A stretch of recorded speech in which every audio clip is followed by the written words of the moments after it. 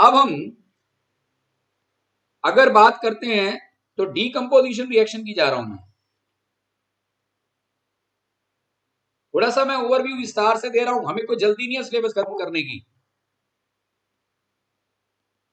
आप कहेंगे सर ये बता चुके हैं, बिल्कुल बता चुका हूं, फिर भी मैं थोड़ा सा एक्सप्लेनेशन की जरूर दूंगा, क्योंकि कहीं ना कहीं ये आपको बहुत ढंग से हेल्प करेगा।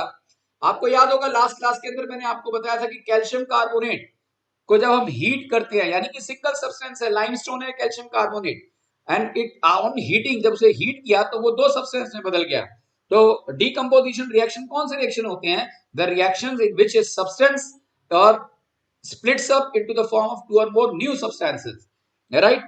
तो इस केस के अंदर अगर मैं एक एग्जांपल लूं,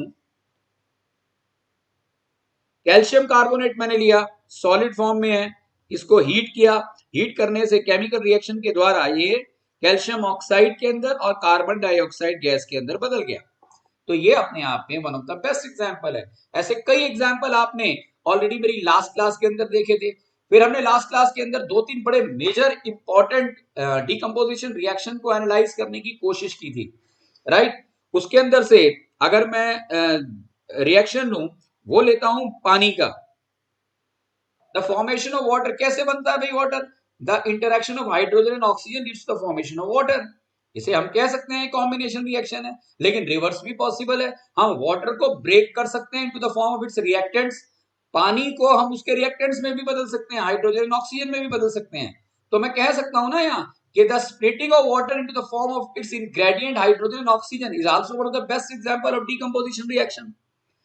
अब पानी को तोड़ना इतना आसान नहीं है कि हम इसको वाटर को लिया और थोड़ा सा गर्म एक हीट कर दिया उसे, तो पता लगा हाइड्रोजन ऑक्सीजन बन गया उससे। नहीं, ऐसा नहीं होता।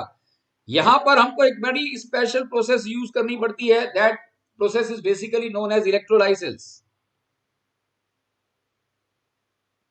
क्या होता है इलेक्ट्रोलाइसिस, ये भी हम देखेंगे।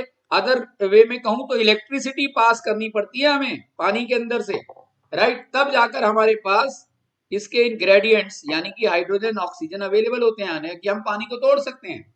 इसी तरीके से ये कुछ स्पेशल रिएक्शन है, राइट? यानी कि नॉर्मल केस में हम वाटर को स्प्लिट नहीं कर सकते। वाटर को स्प्लिट करने के लिए हमें पानी के अंदर इलेक्ट्रिसिटी को पास करना ही पड़ेगा। अगर मैं दूसरा एग्जांपल लूं तो सोडियम क्लोराइड लेता हूं, नमक की बात करते हैं। सोडियम क्लोराइड के केस में भी हमें इलेक्ट्रिसिटी यानी कि इलेक्ट्रोलाइसिस करना पड़ेगा। हम यहां इलेक्ट्रोलाइसिस करेंगे तब जाकर हमें यहां भी सोडियम अलग हो जाएगा, क्योंकि ये बड़ा स्ट्रॉन्ग जो है बॉन्ड के थ्रू बना हुआ कंपाउंड है। इतनी आसानी से नहीं होगा, इलेक्ट्रिसिटी पास करनी पड़ेगी। इसी तरीके से ब्यूक्साइट और देखेंगे आप।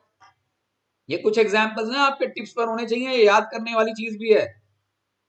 ब्यूक्साइट और किसे कहते हैं? ये एल्युमिनियम ऑक्साइड है बेसिकली। और ओर के बारे में आप मेटल मेटल के अंदर देखेंगे, ये one of the most important industrial essential है।